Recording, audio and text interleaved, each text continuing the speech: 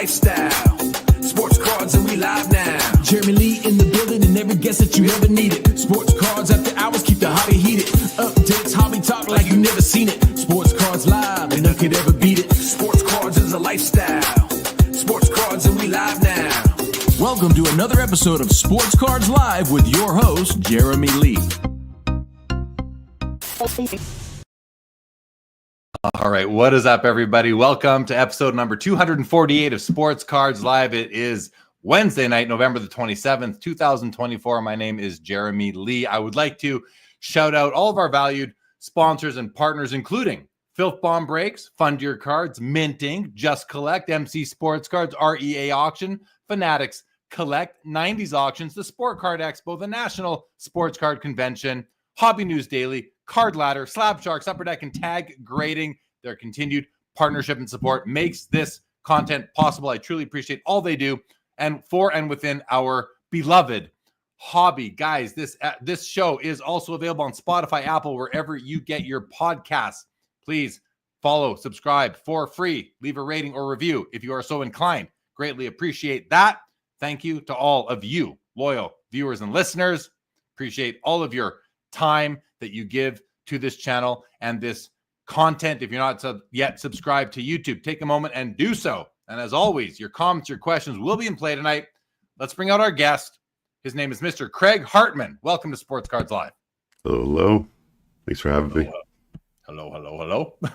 I love the you might be the deepest voice we've ever had on the show, Craig. How are you tonight? I am great. How are you? I'm good. So listen, we're going to do a Sports Cards Lite episode. We're going to go for about an hour. And why don't you just start by kind of tell the audience, how did you end up here on Sports Cards Live tonight? Because this is kind of a long time in the making, if you think about it. I'll let you tell the story. Yeah, sure. I longtime hockey fan first and foremost, and been collecting hockey cards really, I think, since came back into it during the OV and Crosby days when they were coming in, and Bergeron was always my PC. And I started to get into vintage, and I saw your episode on Bobby Burrell, and that's actually what kicked me off. And watching all of your episodes, maybe several times over since then. And I think it was about a year ago, maybe a little less, earlier this year, I'd reached out after kind of some conversations you were having around classifications or the lack thereof. And I had some kind of framework that I was working on for myself, and it kind of folded into what you were doing. So that's how we got here.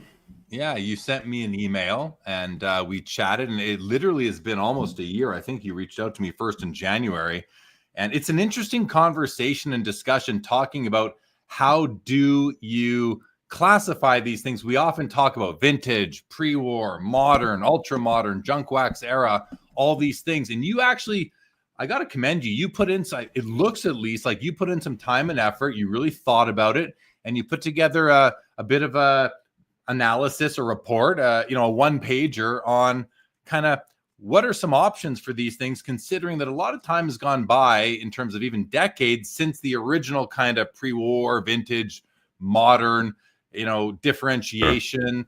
And then, I've had these conversations here on various episodes of Sports Cards Live over the last, 4+ years about various people, many people look at, where does vintage end and modern begin? We look at it differently. I've said over and over again, to me, vintage ends kind of at the beginning of Upper Deck, 1990, that 89 for baseball, 1990 for hockey. And you get a lot of people to say, well, no, vintage starts after 1970, or maybe some people say the early 80s when Donruss and Fleer came into the marketplace to compete with Topps in baseball.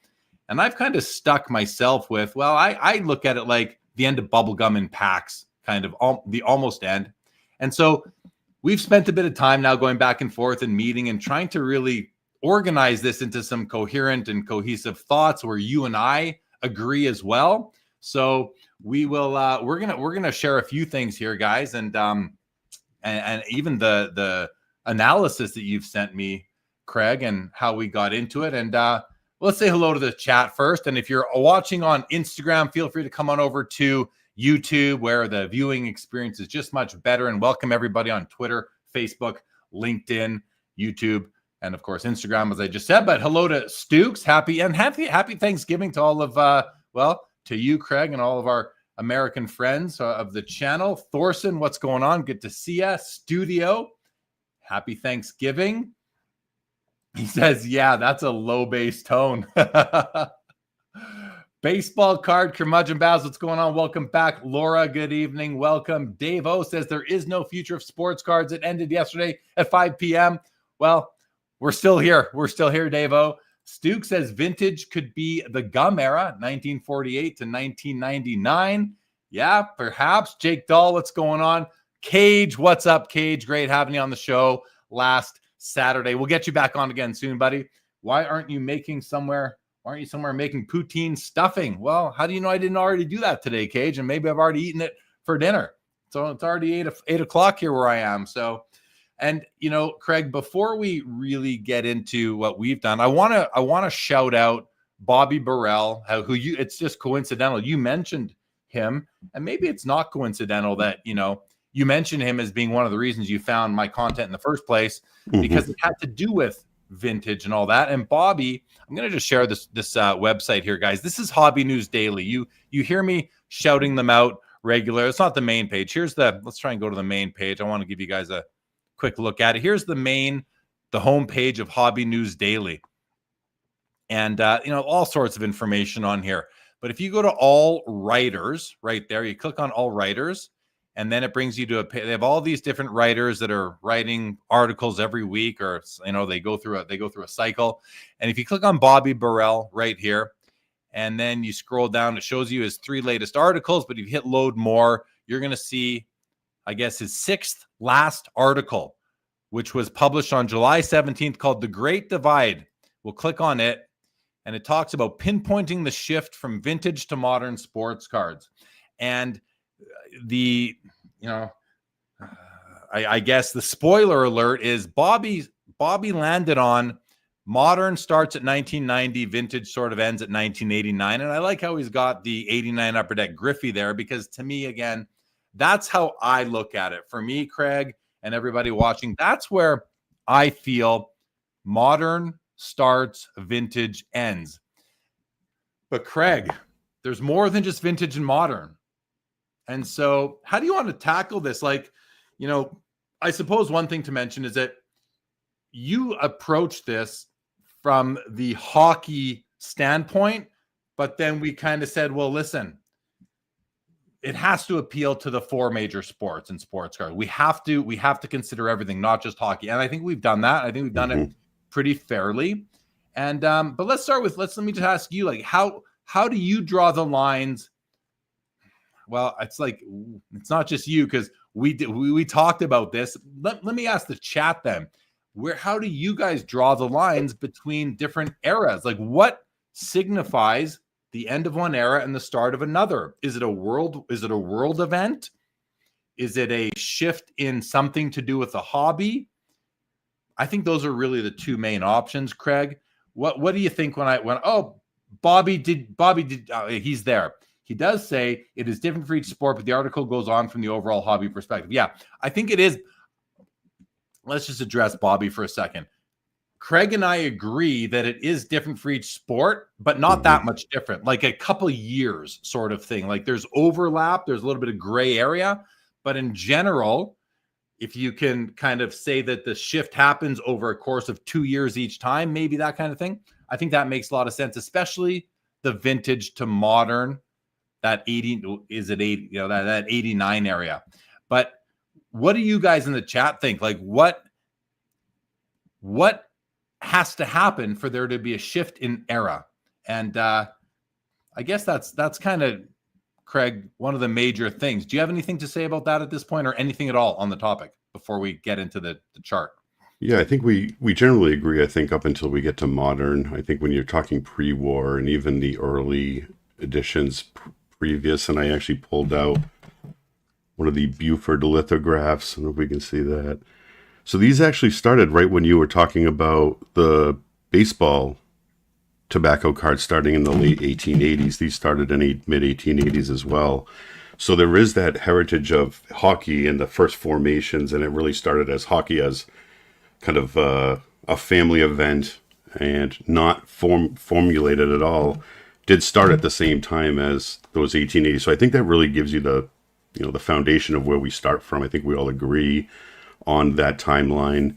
And interestingly enough, there is a lot of parallels, to your point, through all of the sports, or at least it catches up with the other sports in the 50s forward. But at least with baseball and hockey, they, to your point, went through those same life events and had the same gaps, had a lot of the same and similar makers, manufacturers, or similar approaches during the same times that were consistent, using gum, maybe candy at one point, going back to tobacco, very similar in concept and delivery and execution. So I think there's quite a bit of commonality between those up until you get to, probably 90. Yeah. Yeah. The easy one for us, for Craig and I, as in preparing for this, was really that vintage to modern. But then, guys, where I think we're going to provide a new perspective is breaking down eras into periods. And you actually, you taught me the word epoch yesterday, Craig. You've got era. How does that hierarchy work? Era, period, and then what?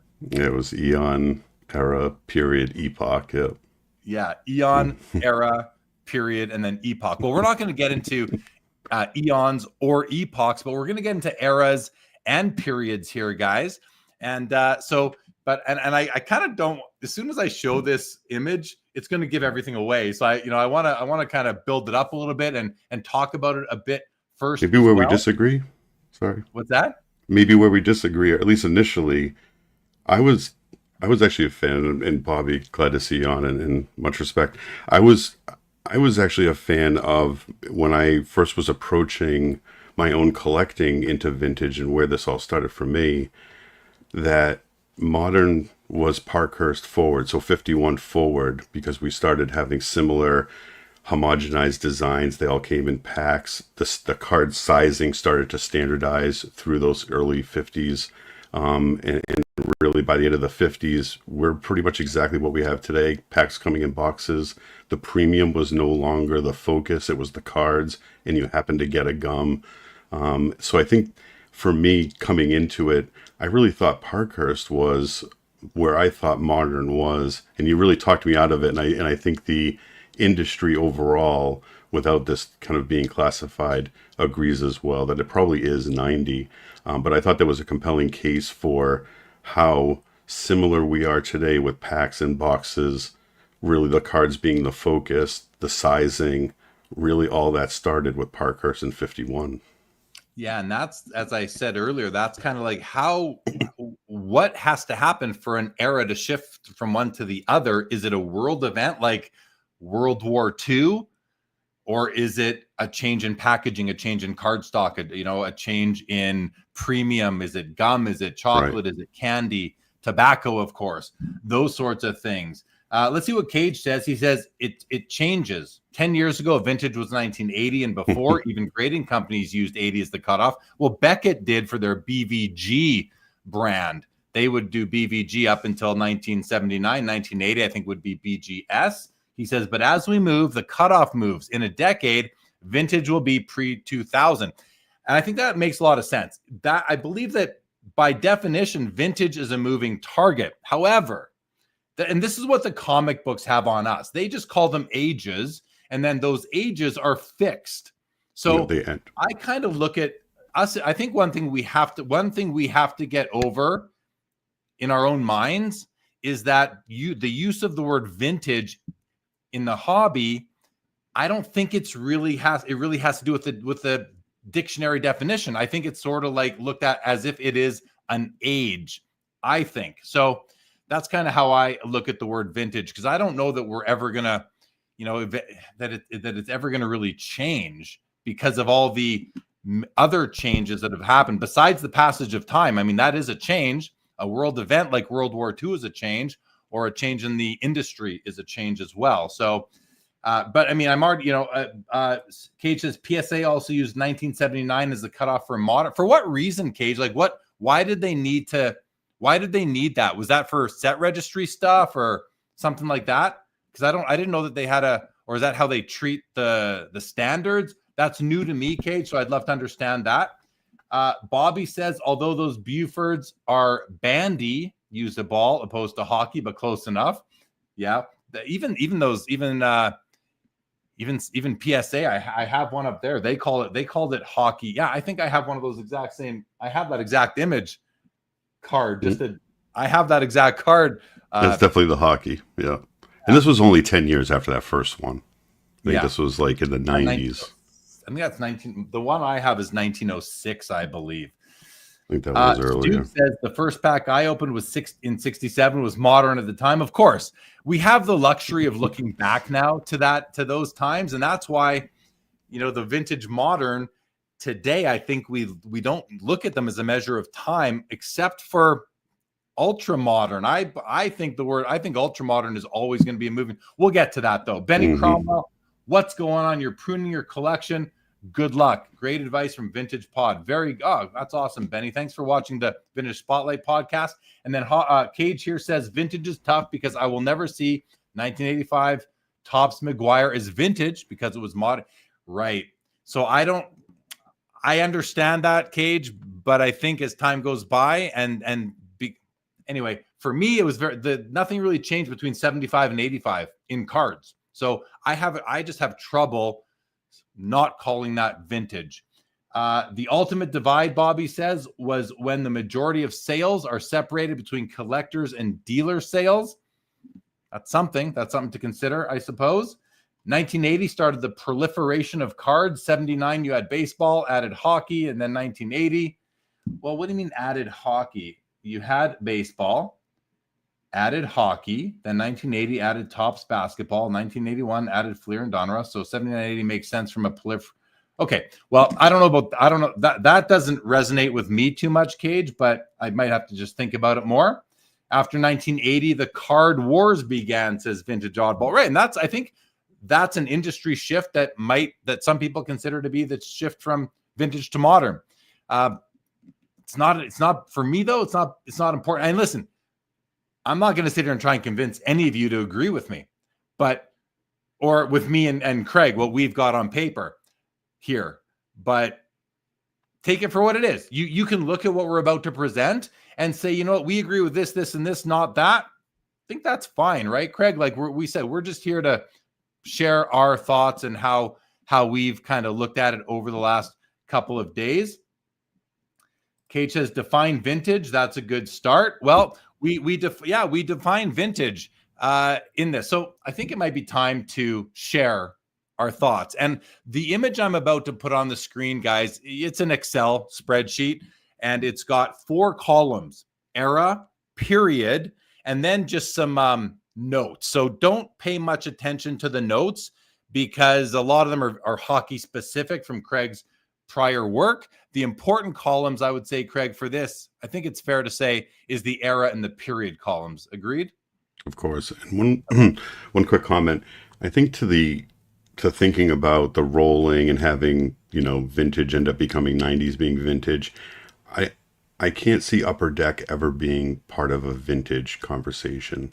And I think that's where, if I go back to how I feel about the brands and those, I feel like those are part of our modern landscape. They are not part of the vintage, kind of the old paper version of the cards. And I think at that point, there was a tremendous shift in trying to kind of, maybe to your point before, that was purely a hobby shift. I don't think there was anything.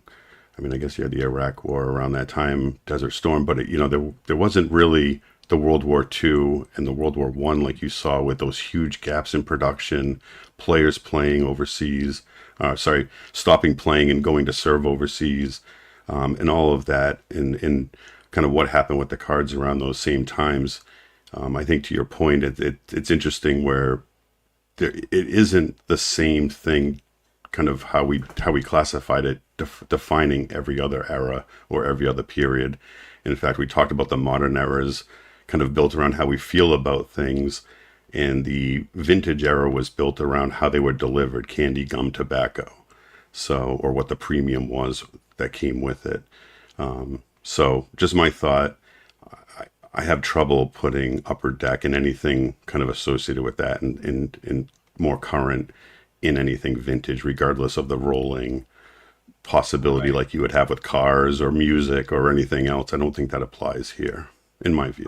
I agree. I don't think I'll ever look at Upper Deck and think it's vintage. Although, like as far as labeling the eras goes, not defining them by age. If you're going to use the term vintage to define the age, it's a different thing. But we're using the term vintage to define an era of the hobby versus a measure of time. And I think that's what the hobby is doing without maybe even realizing it.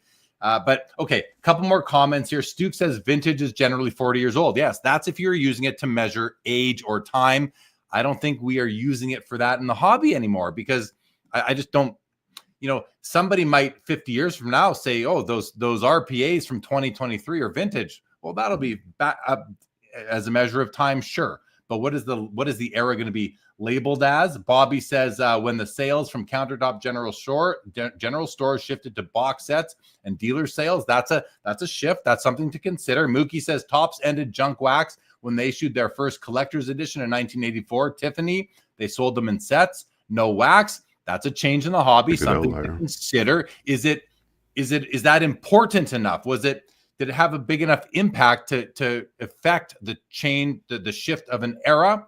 Cage says most kids look at 89 Upper Deck now and think it's crap, plain white. It was revolutionary at the time, but now he says it's vintage. Age-wise, sure. Hello, Perry. Mookie says Upper Deck was a game changer for sure. No wax, no gum, white stock, holograms, right? Foil wrapping. It was a major page turn. For me, that was a humongous change in the hobby. And to me, it was impactful enough to, for me, signify the end of vintage and the beginning of modern. But okay, what I've done now is I took that image I talked about with 4 columns, Craig, I cropped it to 2. So we're not going to be distracted by those other 2 columns. And last comment before I share our situation here, guys. Laura says, could vintage be considered sets with just the single cards, whereas modern is all that parallel subset groups?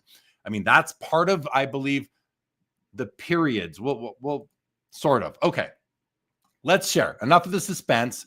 I'm going to share this image, guys. It's very, and one thing I want to mention is that we finished this yesterday, and we were not completely satisfied with the period of time between the years, what we call 2000 to 2019. That period of years, we have a name for it, but we're not happy with that name for ourselves, but it could be changed. So I'm going to put it on the screen, and please look at it and let us talk through it before you start to disagree with it. And you're free to disagree with it, but let us get through it first, if that's okay. So here's the image.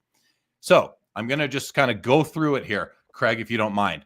Vintage pre-war, 1888 to 1941, divided into 3 periods. And of course there's overlap, and these aren't perfect. And these are 1888 to 1912 is a hockey. But if you add baseball, we should have updated this for baseball. That would go really right through all the Baltimore News and all the caramels and everything to where they end. So you've got the tobacco era, 1888 until it ends. 1912 was for hockey. You've got the candy era, 1923 to 1932. Then the gum era, 1933 to 1941. And then we have nothing between 41 and 48. And I don't know that there were many baseball cards in that time anyway. There weren't really any hockey cards. So it's just a void. So in what we've come up with, these 3 periods make up vintage pre-war. Then we shift to vintage post-war. And if this was hockey consistently, this would say 1951. But because of Leaf and Bowman baseball, we start at 1948. So vintage post-war, 1948 to 1989. So we've divided what we always call vintage into 2 eras, pre-war and post-war. And I think that just because the war was a worldwide event that changed a lot of things. And that's how, and we often talk about pre-war. So it made sense to us to divide vintage into vintage pre-war and post-war. And those are the periods. Gum continues 1948 to 1989. Then we move into modern. We've already kind of gone over this vintage to modern thing. And again, if you out there want to shift the end of vintage post-war to 1979 or 1984 or something else and start modern at the next year. That we're cool with that. We don't really care. This is how, at least Craig and I agree with this. I think Bobby does too, and I'm sure some of you guys do as well. In any event, let's move on. Modern for us starts in 1990 with the junk wax era. We're putting it as a period. The junk wax period, 1990 to 93. Then we have the dead zone, the dead period, 1994 to 1996. Then we have what we've dubbed, I've been calling it creative. It was experimental. It was the design, the arena design, 1997 to 1999, when they really got, they had to be competitive. The market was really at an all-time low for the past 20, 30 years. And then at the end of 1999, we get into what we've called the insert era, which is the name we're not very happy with. But what we were thinking there is that's when high end became a thing, and autograph patches became a thing, thicker cards became a thing, and we're kind of just saying, like, I don't know what to call that. We don't know what to call that. We've said insert because from 2000 to 2019, we get into all the parallels. Now I know that there's the creative, experimental, the dead era, even the junk wax era, we're filled with inserts. We know that. So you look at the word insert, what do you guys think we should call that? 2000 to 2019, kind of the rise of the modern era, if you will, after the dead zone. After the dead zone and the creative experimental period, we have this 2000 to 2019.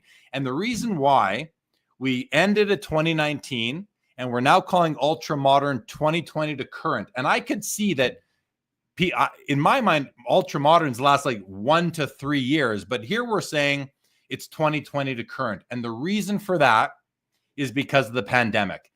Similar to the war, which is a divider, we're starting to think, okay, and we kind of arrived on this yesterday, Craig, right? Where we thought the pandemic, so many things changed. So many people came back into the hobby.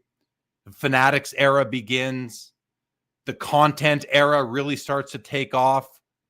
And it's more modern than just modern. So we wanted to use ultra modern because I feel like it's the move. And that might have to get renamed one day because ultra modern, we think, is a moving target. So, and you see in the period we have under ultra modern, it's like the 10x the hobby thing, right? Like, because really things were going nuts starting in 2020. And really the pandemic didn't really take hold of the hobby until halfway through 2020. But that's okay. We can't find a specific date. Craig, as I've taken us through our chart, is there any thoughts you've been having that you can add to all this? What were you thinking along the way? And then we'll go to some comments.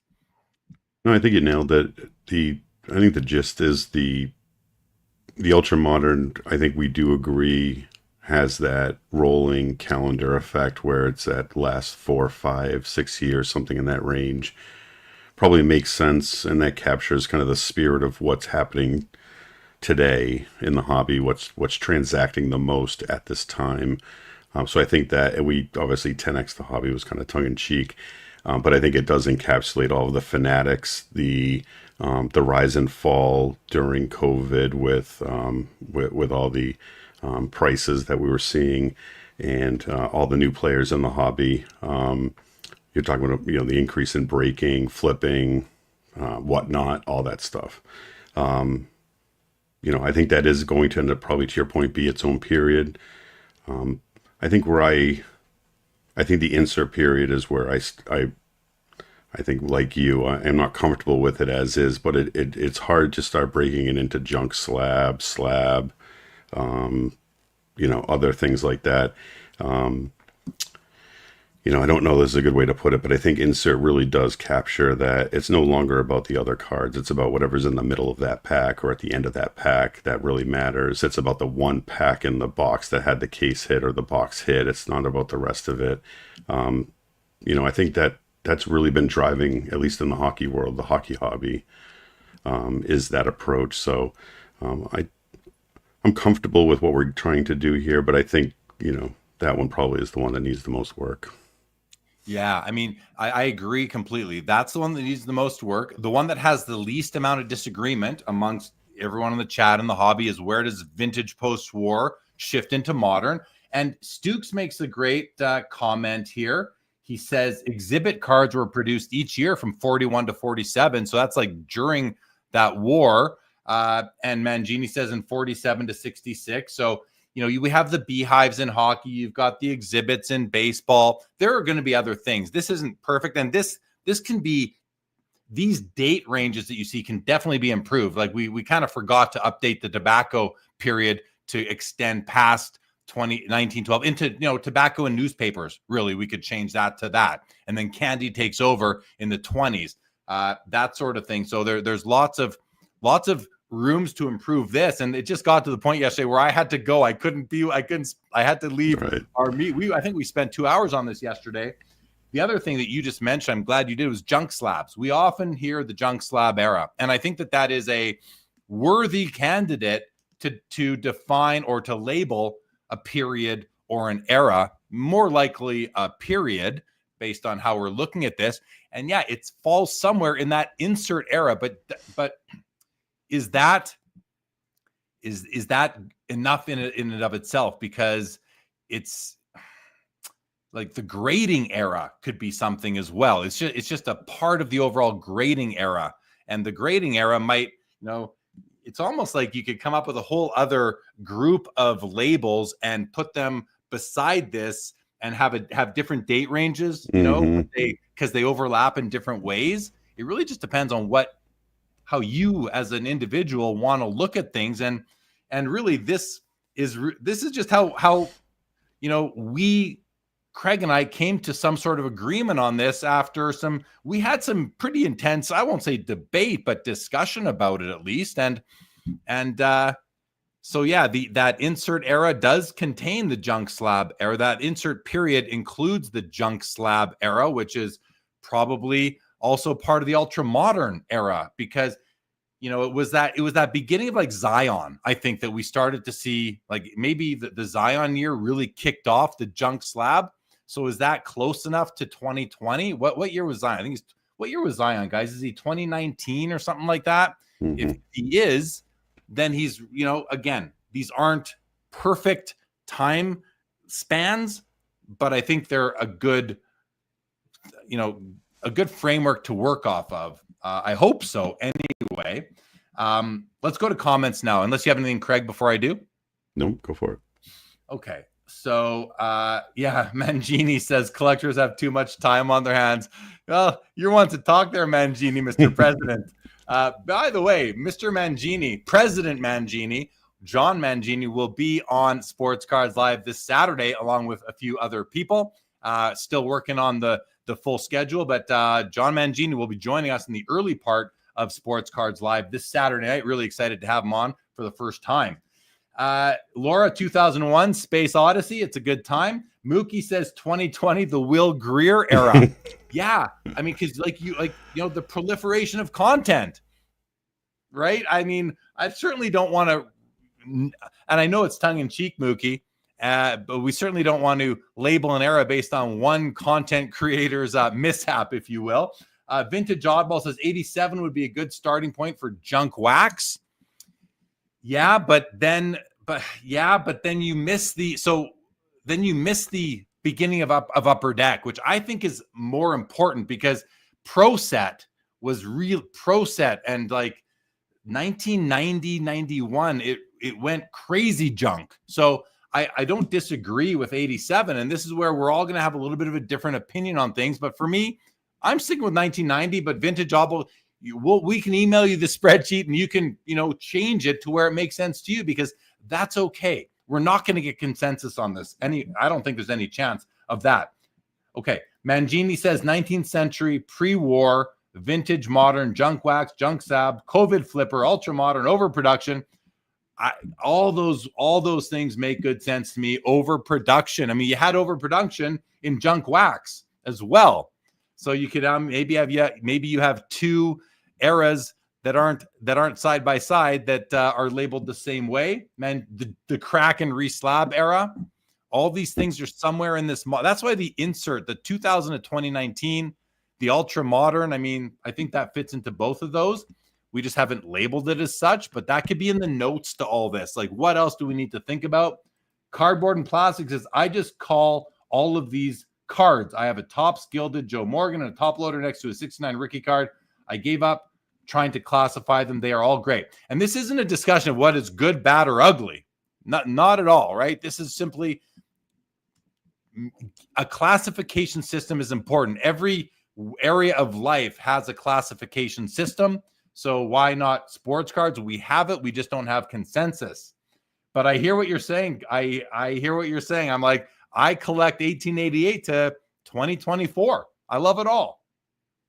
Mookie says, how about 2019 is the grading era? Yeah, I mean, that actually, I don't mind that, Craig, because now, yes, grading started early in the early-ish 90s, but it didn't take off until a little bit later. I would have no problem calling that the grading era, although I would want to give some nod to the rise of high-end luxury, thicker cards, RPAs like auto patches, memorabilia cards. Sure, we saw them back in as early as 96, but we didn't see them take off until the 2000s, the beginning of Exquisite in 03. That's where we were a little bit generous to go back to 2000, because maybe we could have, the one that Creative Experimental could have gone till 02 and Insert starting in 03. Again,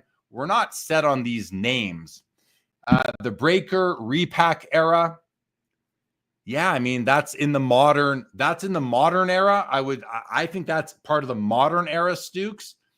And then the Breaker Repack is like, to me, is a note beside one of these periods, or maybe it's a sub period of the Insert era. Yeah, how do you there's no way to completely accommodate all this unless you go really deep. We didn't want to go too deep because you lose people. So we tried to keep it as simple as we could for the purposes of this discussion. Mangini says the crack and resubmit till you get a 10 era. Now that's more descriptive and accurate. Dog Food Soup. Are we in a luxury era? Hockey aside, there's Flawless and Gilded and other high-end baseball, football, basketball with jewels and so on. That all comes out of those original Exquisites and Upper Deck Ultimate Collection and Upper Deck Premier Collection. That started it. And so to me, that's part of this Insert era, which again is probably not named properly. But yeah, Insert, maybe luxury is a great word. Luxury, breaking. I mean, there's so many different things we could have called it. Bobby says, well done on the periods, Craig and Jeremy. The gum company era ends in 1990 for the most part, as companies that came in were not in the gum business. So, agreed. Yeah, I mean, that to me, that is one of the biggest, most important shifts, was not just because Upper Deck came in, but because card stock changed because of Upper Deck. Security in terms of holograms changed because of Upper Deck. Card stock, all these things, it became a higher end. Even OPG came out with OPG Premier in hockey and baseball to compete with Upper Deck. Mookie says junk slab era started when PSA had to shut down. Too much junk to grade, right? So that's this ultra modern at the pandemic. Mm-hmm. I had a bit of an epiphany yesterday when I was talking with Craig, guys. You'll remember, Craig. I kind of was like, whoa, just like the war is a world event, the pandemic was a worldwide event, and things changed dramatically in the hobby with the pandemic. I think that is worthy of giving credit to, of working into this framework. For me, at least, it is. And I think, Craig, did you like that? How were you as convinced about that as I was? Where did you fall on that? Yeah, 100%. And I think that as ultra modern moves forward, I say when we get in the 30s and ultra modern is now low 30s, late 20s, I think that would probably be our delineation point, would be pre-COVID, post-COVID, like you have pre-war and post-war. So I think that that absolutely seems like it would make sense. And it's obviously in spirit of, how it's split with the World War II. Right. It's a worldwide event. And it also ties in nicely with ultra modern. That was a nice sort of coincidence that, ultra modern. I just think of Zion Williamson that year when things just started to go crazy. It's even junk wax, sense. like ultra modern could also be called the junk wax era for that reason. Breaking started in the, you know, mid to late 00s and continues, and it's just growing and growing. I certainly, repack is not something I would ever work into this unless it only goes to that. Now, the next thing could be, because of this whole CT scanning issue and Fanatics coming in and the move toward profit, by Fanatics and other, well, by Fanatics, really, I would say, is if we started to see the end of the LCS, which nobody wants to happen, but if we start going direct to consumer to get rid of those other profit centers along the way, maybe we move into the DTC era in the next 5 years. We'll see what Fanatics does. It's really in their court if that were to happen, or at least I don't know that LCS is ever go away, because again, there's 140 years body of work before, as you can see in front of you. But as far as new product being distributed, if that ever goes away from LCSs, you know, in a major way. Anyway, just thinking. You could thank COVID. You could thank COVID for that. If that COVID bump had never happened, Fanatics wouldn't have probably made the play they did. All of this other stuff, those dominoes would not have fallen. They never would have been set up, in my view. You're absolutely right. All of that stuff is a post-COVID or COVID and post-COVID situation that, had it not happened, probably wouldn't have come about. Right. Which even gives more sort of credence to this 2020 being the beginning of a new era, even though it might be 2019 or 18. That's fine, but you know, we're happy to move that back a year. But COVID, I think, was such a big deal for the hobby. Bobby says grading era could be another consideration to insert modern. Yeah. I almost think a slash insert slash grading. I think it does capture the slash luxury. I like this luxury term that Dog Food Soup used, because we also see the real expensive stuff starting. The first $100. I couldn't believe $100. I couldn't believe a $40 pack when I saw one of those. And and now we have $8,000 packs. Eric says, I like this chart. I can live with this. So it be written. So it be done. Well, thank you for the vote. There. Listen, I say thank you for the vote, but we're not looking for votes. We're looking to create discourse and discussion. And if anything from this becomes something that people adopt, wonderful. But again, not married to these labels or these years, but for the overall hobby. But for myself and Craig, I believe for yourself, I'm pretty comfortable with these splits within a couple of years everywhere type of thing. Laura says this could be someone's college thesis paper if you have the timeline of what came out and the corresponding competitors, response products. Yeah, it could be fun. Mookie says, how about the autograph era started with Upper Deck in 89? Yeah. I mean, those were inserts. Those, yeah, they also kind of, but were they enough? Was that enough, Mookie? It started in 89, but was that enough? Were there enough of them? All you had was the hero card, really, the Reggie Jackson, and then, there was the Hartmann Killebrew. There was we had them in hockey as well with Brett Hall.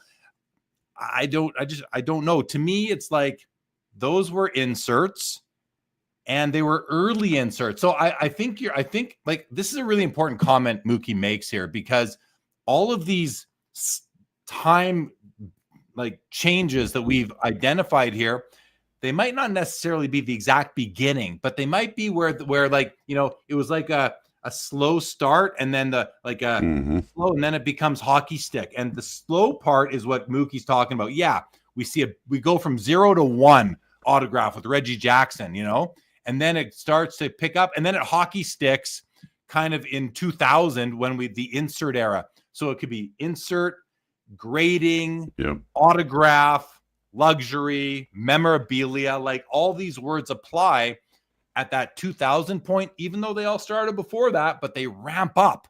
They ramp up later on. But I think that's a really important comment. And I think it's important that we understand that we're not trying to identify the first of anything here. It may be in a couple of cases we are, but in this really harder to label modern 1990 to 2019 era. It's really hard. So we're not saying that, that the junk wax era ends in 93. It might go to 94 or 95. We're not saying that the first insert came out in 2000. We're saying that's where it proliferated, I think. Bobby says the 20s is the confection era, which covers more than just candy. Yeah, so we're calling it kind of like candy, so we should change that to confection. I think that I totally agree. Ice cream Chocolates, bars and yeah, good call, Bobby. That's a definite improvement, I would say, from candy. But love it.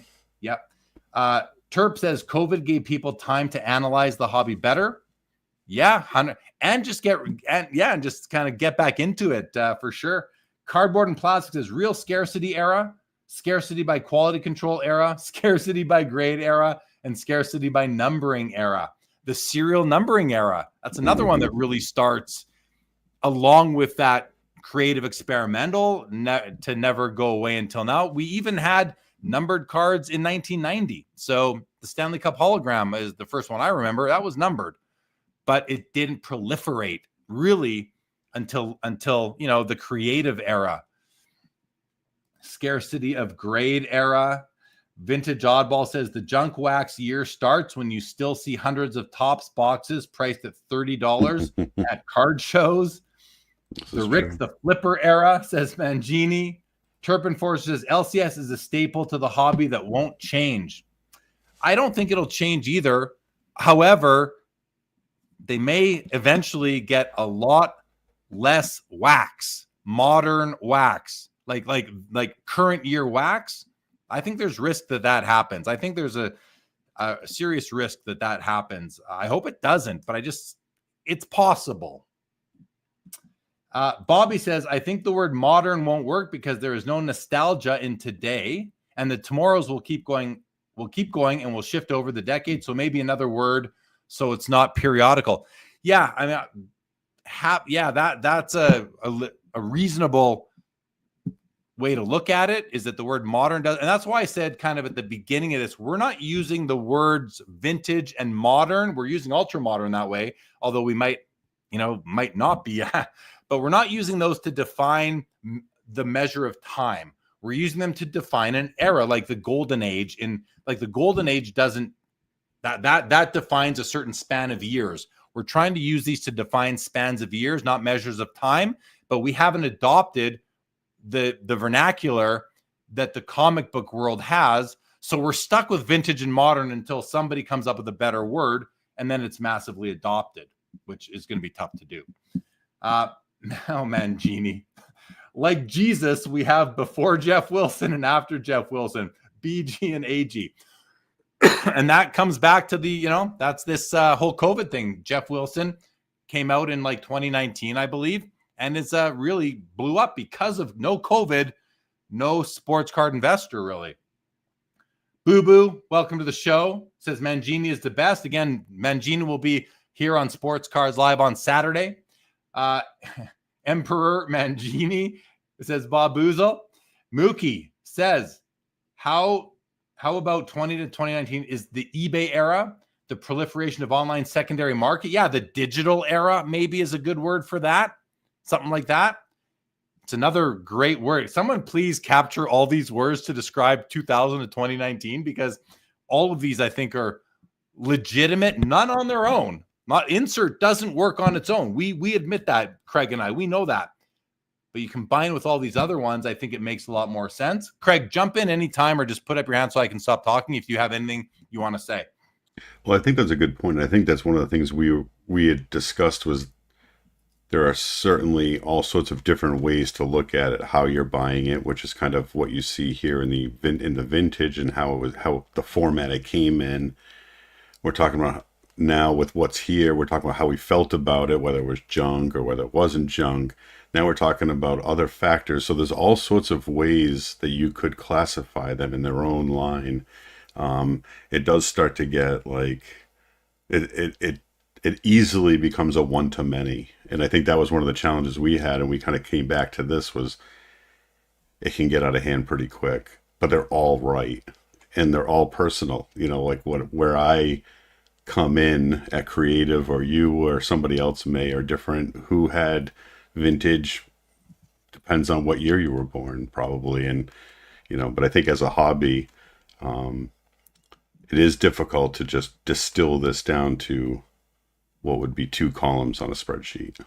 Yeah, exactly. So this next comment by Cardboard and Plastic is a great one too. I think eras should not contain the words vintage or modern. That way we will have to change their names as time goes on, or people will insist on using vintage for a certain age. Yeah, so I agree. That's why I had to disclaimer at the beginning. We're not using those to define measures of time. So what is the better usage? Does the hobby need to adopt something more similar to what the comic book world has? And I don't even know what all those are called. All I can think of is the gold. Do you know what those ages are called? The golden age, what are the other? Silver, Golden, silver, bronze. Oh, that makes sense. Yeah, metals. Yeah, I mean that would be great, but for whatever reason, we've just never gone there in the hobby. Maybe it's because the sports card hobby has been around a lot longer than the comic book hobby, right? You didn't have Superman till what, 1940 or something like that. So we got to start like 1888, maybe 1887. Stuke says wax pack era had inserts in every pack, changed to foil, and the addition of chase cards after that concurs with 89 and beyond. Yep. Bob Boozle, just coming in blind and looking at this chart. I like what I see. Thank you, Bob Boozle. But keep in mind, we are not like sticking this to the hobby saying this is the rule. No, we're very workable, and really no one's gonna take something like this from 2 guys on a YouTube channel, right? It's got to be a collaborative effort, and you're never going to get consensus. That's the biggest challenge, but maybe we can all compromise a little bit and come up with something that works for everybody, with some gray areas between each of those solid lines. Feel free to move those lines around a little bit to work for you.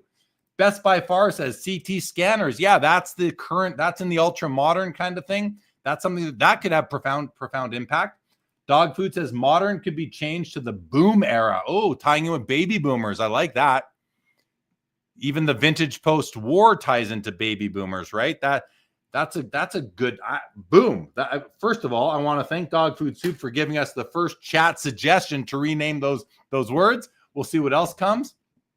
But I like that one, Chris. Dog Food Soup's real name, everybody, is Chris, by the way. I like that one, Chris. I like that name. What about you, Craig? Do you like, not to go final on this, but do you like it as an option? In replacing of modern, I didn't catch what we were replacing, but that certainly sounds like something that captures. You think of baby boomers, right? The baby boom happened because of soldiers coming home from World War II. Sure. World War II ends in 1945. Babies are born from 46 to say 54. Something like that, and even further, and families started, and then they had kids for the next 15 years. So, it could be, and again, it doesn't have to line up exactly with the baby boom era, but it is a great, I think it has some relevance to human history. I like it, but it's something to consider. He says those of us that joined or rejoined in 2000 to 2019 would be boomers.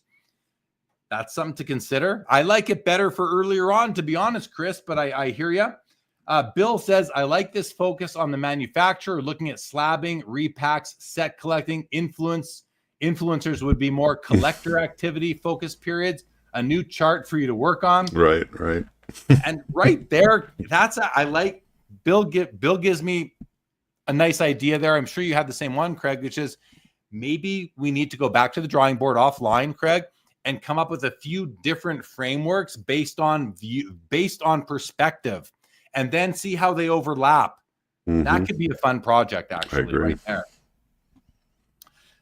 Dog Food says 2019 maybe too large a window. 00 to 09 maybe the hits where inserts to jerseys to autos. 10 to 19 the show and tell era. That's where we started. Yeah, all sorts of options. Bob Boozle, maybe an acknowledgement about foil cards. To me, that's the creative side of things, Bob. Does that work for you, Bob Boozle? Instead of just, because you've got acetate cards, you've got metal cards, you've got wood cards, You've got cloth card. Like, I hear you, but to me, that's part of the creative era, the chromes, the refractors, all those sorts of things. I personally like that better in there personally, but I'm open to it. Terp says, you know, where you have dead from 94 to 96 was the baseball strike and the steroid era saved baseball. That's right. I mean, it's probably the shortest window you see on your screen altogether, but it's that buffer between the junk wax era and where, you know, you had all these wonderful inserts coming out, the Gene McLeod arena design era. Really, you could start creative experimental in 94 and go to 99 for the purposes of what you see in front of you, or you could go junk wax from 1990 to 1995 and start creative in 96. We threw dead in there, but, you know, again, there's lots of options. Jeff McMahon, what was the final score? I only asked because while my Flames were playing, did they lose? Oh, the Flames ended up scoring and ruined Cam Talbot's shutout. Oh, they actually tied it up and went to overtime. Awesome. Bobby Burrell says comic books screw up with uncertainty of shifting timelines and dividing eras. So, Bobby, are you saying we can't go to, you know, golden, silver, and bronze? Chris says the baby boom was an increase in population where you have modern listed is where the hobby saw an increase in population. True, 100%. That junk wax. I mean, in 1990, I mean, I had a card shop from 1991 to 94, right? Or 90 to 93 in that era, 90 to 94 in that era. I had a card shop for 3 years and everybody collected cards. Like, if I would see everybody at a family event, everyone would be in the shop the next week too. Bobby says, not many are questioning vintage or pre-war. It seems that modern and ultra modern we're having a hard time with. We need a word, technology era, or something for 1990 and up. Agreed. That's what we agreed with. I mean, we just had so much more of the conversation was around modern, and it's like the 80-20 rule. It's 20%. It's 20% of the time we're spending 80% of the time talking about it. You know, it's just, and it's the most recent, and we still can't align on it. You know, and it's right there, and I think that shows just how much emotion there is, and how much of the hobby isn't rational and doesn't belong on a spreadsheet. You know, and we're trying to put a round peg in a square hole here, I think, but it is an interesting exercise. I mean, the discussion's been great. So, Bob, glad you liked that explanation. Stuke says I would remove vintage from pre-war. Yeah, that's a good idea right there. That's a good idea. I like that, actually. The whole thing started with vintage versus modern, so I think it's interesting that we've taken modern and vintage out of the equation, because it's the most subjective, maybe. Yeah, I really like this. I do really like this one from Stuke. So as our dipping our toes into removing vintage from the word vintage from the whole framework, removing it from that pre-war era just gives you pre-war, and then you have vintage. So we could get rid of pre-war. Sorry, we can get rid of vintage, and then we can get rid of post-war. Or do we get rid of vintage in both? We have pre-war, post-war, modern, ultra modern. I mean, unless anything else changes. The Firm, welcome, says call it the insert era. Well, we do have insert right here as the period, so we did contemplate that. Firm, we did. I say 95 to 99. Call that the insert era. Well, the only problem with that is that it never stopped. Like, the insert era continues. That's where it ramps up. That's where it really comes into its own, for me at least. But I'm not going to argue. I'm not arguing with you on it. Like, I see credibility in that as well. I really do. Vintage Oddball says, I might be the only one thinking this, but the hobby needs to upgrade Jefferson Burdick's American card catalog. Set designations need an upgrade. Many issues are either not included or not correct. And they're just hard to remember with the V's and the T's and all the different letters and number combinations. Plus, those also contemplated, flowers of the world and flags and every sort of card, airplanes and cars. And so, yeah, I hear you, Vintage Oddball. I think they're an update to Jefferson Burdick's to his taxonomy might be something worthy as well. Bob Boozle says parallels powered Panini. Did y'all address parallels?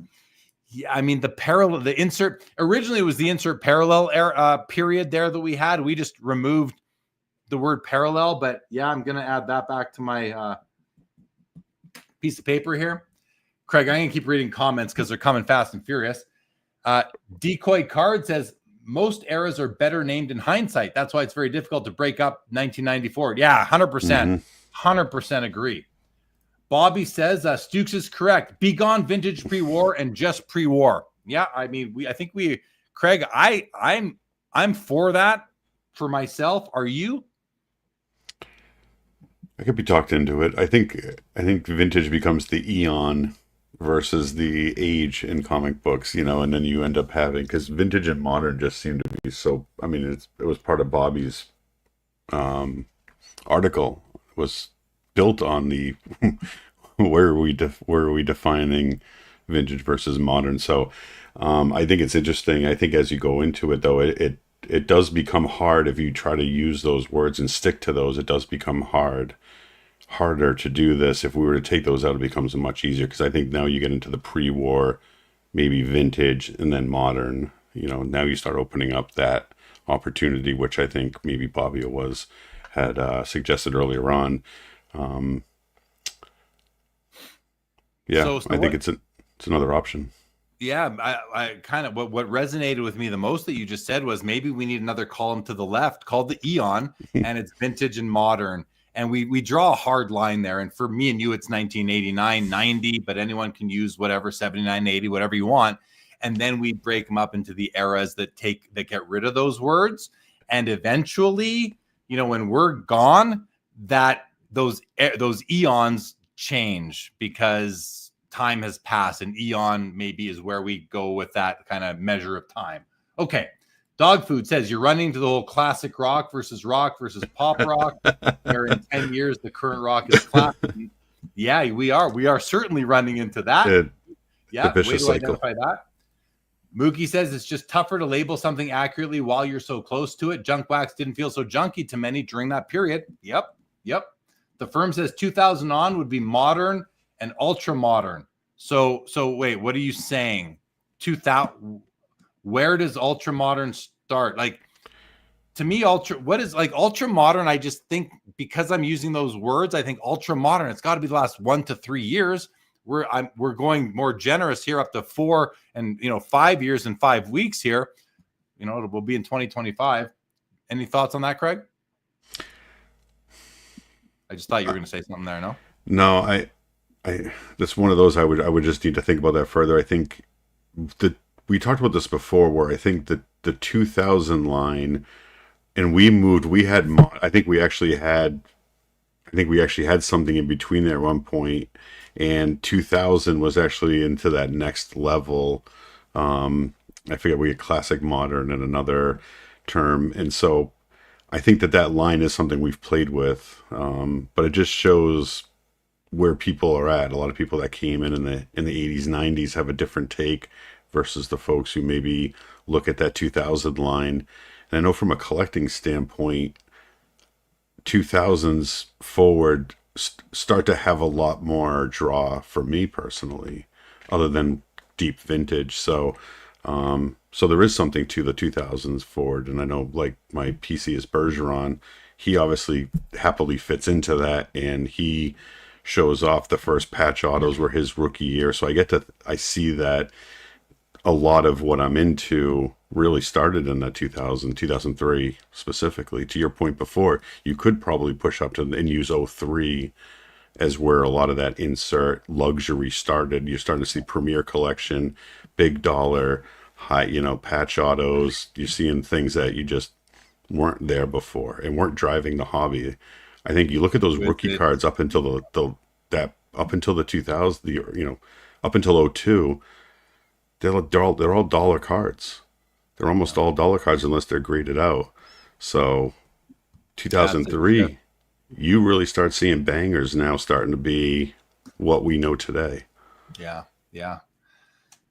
Yeah, yeah, and then all the other high end brand, the rise, Exquisite and Black, and then you got the Panini coming in, and Panini coming in with National Treasures and Prism and everything. Like, there's so many ways to layer these things. Chris here says, I think you go from insert era to hits era. Inserts were a bonus, and people still want a base. Hits era devalued base because nobody was buying a pack for base. Yeah, that's a shift. Mookie says, like presidencies, we need generations to judge them completely. Bill says, pre-war, post-war, pre-COVID, post-COVID, no more vintage or modern. And that's kind of what Yeah, I kind of said that exact same thing yesterday, right? I mean, and I think that is going to take shape, probably more easy to see to the comment a second ago, in a few years. I think as we look back, it will probably be exactly that. It will be. Yeah, it could be. Bob Boozle, so after the show, does our bill go to President John Mangini? If he vetoes it, do we have votes to override it? Exactly. I think Mangini might have final say. He is the hobby president. The firm says junk wax should be its own era. Well, respectfully disagree. An era, I think, needs to be longer than 3 years or 6 years. Some people would say, like 87 to 93 type of thing. So respectfully disagree. At least for me. Dog Food Soup says, I'm seeing the challenge of using 2 columns on the spreadsheet. Does a third column make it clearer? Vintage 1888 to 1989. It gets worse. Every time you add it, it's exponentially worse every time you add a column. Well, and the thing is that complexity isn't good, right? We're trying to keep this as simple as possible. We really went with that. Okay, continuing on. Ultra modern is almost present day then, as a chunk of years are in the rearview mirror. It gets a name. Right, exactly. We agreed on that. That's the one moving target era, which is why the words aren't great. The words for it just aren't great to have the word modern in there. We're open to something different, I don't know. Maybe it's something to do with when the internet era, because that brings on there's grading only really takes off because of the internet and the ability to buy things sight unseen at a long distance from each other. The internet era, maybe it's the digital era. That might be a good one, potentially. Cardboard and plastic. I call 2020 the let's go era. Let's go. Yeah, for sure. I hear you. Sherpin Forster says, I agree with ultra modern. Bobby Pearl, the banger era. All great points by Craig. Thank you, the firm. Bobby says an era should be an even decade going forward. That would be convenient for sure. Decoy says the eBay era. I think that's the digital. To me, that falls into digital. I can't for myself name an era after a company. Just can't get there. Well, it gets into that would be its own column, how we're getting those, LCS, online, used to back day, was it a 5 and dime or whatever else? I mean, that's a whole other column of, delineation. I think those are super interesting how that's evolved with everything. It's like an overlay, right, Craig? You need to look at this from different perspectives, map them out, and then see how they lay on top of each other and where there's overlap and where there isn't. It's heck of confusing, though. That's the problem. We were trying to be simple, and one of the things I think we're realizing is that you maybe just can't be. Bob Boozle says the spreadsheet is the type of project I work on when no one is watching it at the office. That's how it started. Send us your draft, buddy. Go ahead, I think Craig. that's how it started. I think I was like, I have a slow day at the office, and I sent the spreadsheet. Yeah. That's how it started. What's up, Mike Nanya? Good to see you. Says, I'm proud to own 0 ultra modern cards. The techno era, says Bobby. Tongue in cheek. The vending period, says Decoy. Dog Food says, trying to cookie cutter a decade or period of time, I think makes it a mess. 1997 revolutionized the sports card hobby with inserts, something that hadn't happened in over 100 years of the hobby. But what about Upper Deck revolution? I think Upper Deck revolutionized the hobby in 1990. That's why I consider that to be the end of vintage and the beginning of modern, for lack of better terms. Is there a Beckett era, says Stukes? Is there you know what? I don't think there's a Beckett era, but there might be a valuation era or a significant valuation era, the investor era, the, where the end of the hobby era. It stopped being just a hobby and became an industry, its own standalone industry. I think you might be onto something there, Stukes, but I don't know that I would ever name it after one person.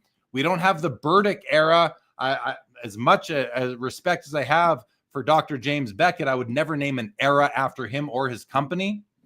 Mookie says the Beckett magazines and Tiffany cards debuted the same year in 1984. I think that's a notable. It's a notable point in the timeline, the historical timeline of the hobby. But I don't think that either of those things, for me, define a period or an era. A period more than an era, but certainly not an era for me. Dog Food says Upper Deck jumped on a wagon that I think 87 card production popularity created. The hobby was moving upwards. Upper Deck joined and managed to continue up. Yeah, but they're the ones that changed. They took out gum. They changed the packaging. They changed the card stock. They added holograms. They went high end. To me, it was more than just, they jumped on the same way that everything happened in 2020 with a pandemic. There was a shift happening in terms of maybe more popularity, but they revolutionized. In my mind, they revolutionized. Terp says best rookie cards to have for baseball during the junk wax era are Tiffany. I'm with you on that, Terp.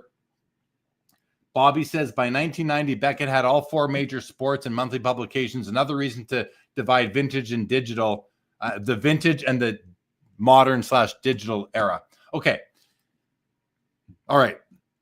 We are at the hour 11 mark, Craig. These are meant to be about an hour episodes. I think we've done a great job of sparking conversation and thought in everybody who's here watching, listening.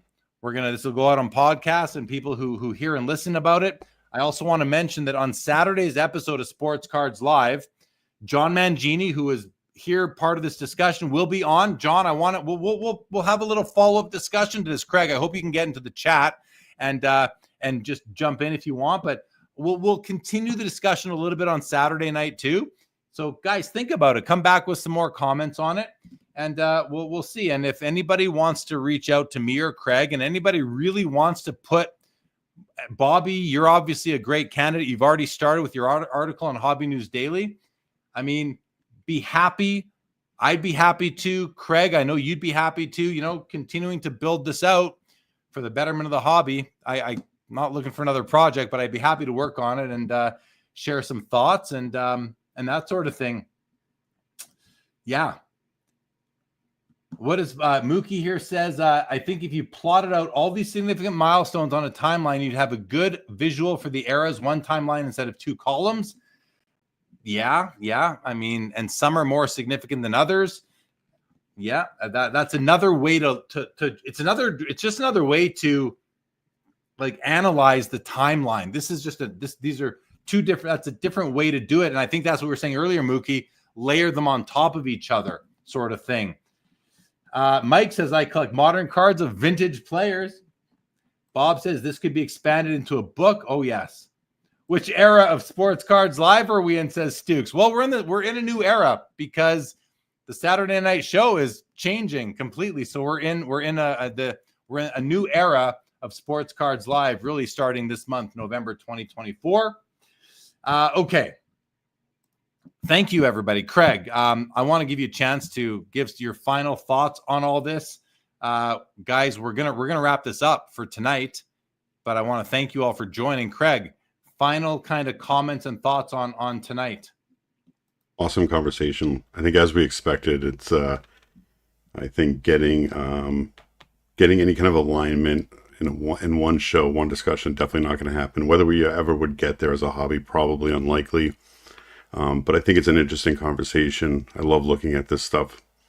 I appreciate having some time to go through it with you and everybody on the chat. And I think this is just another part of the hobby we don't get to talk about because it's usually a lot about pickups and ups and downs and prices and everything like that, and a lot of obviously drama going on in the hobby right now.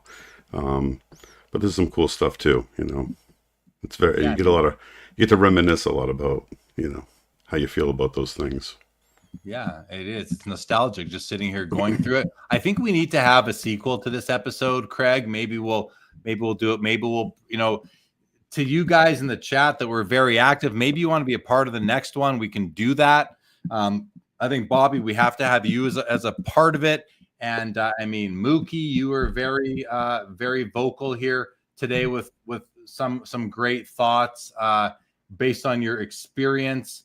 A bunch of you guys were. I'm not going to call it anybody else because I don't want to leave everybody out. But definitely so. Bill says, great conversation. # scholarship. Mookie, so fun organizing these thoughts are almost as fun as organizing my cards. I hear you, Bob. Eat your heart out, stamp collectors. And David, a turkey listening to SCL. Can't ask for a better Thanksgiving. Happy to be here, David, and doing this. And Laura says, thought-provoking with lots of unique inputs. Thanks, Jeremy and Craig, for getting to the heart of the hobby. Thank you, Laura. All right, guys, we're going to wrap it up. Thanks for joining. Oh, shout out to the OG, Bobby. The OG, no doubt. Can't live without these books, I got to tell you. Yeah, they came into play. Bobby's work comes into play on a regular basis. No doubt about it. All right, guys, this was fun. Craig, thanks again. Hang tight right there for a moment, everybody. Thanks again. Back Saturday night for what will probably be a 3-hour live stream with several guests coming through, including Hobby President John Mangini. This episode of Sports Cards Live, a Sports Card Lite episode, November 27, 2024. And remember, these shows are available on podcast, Apple, Spotify, wherever you get them. This episode is now over. Happy Thanksgiving, everybody in the USA. Good night.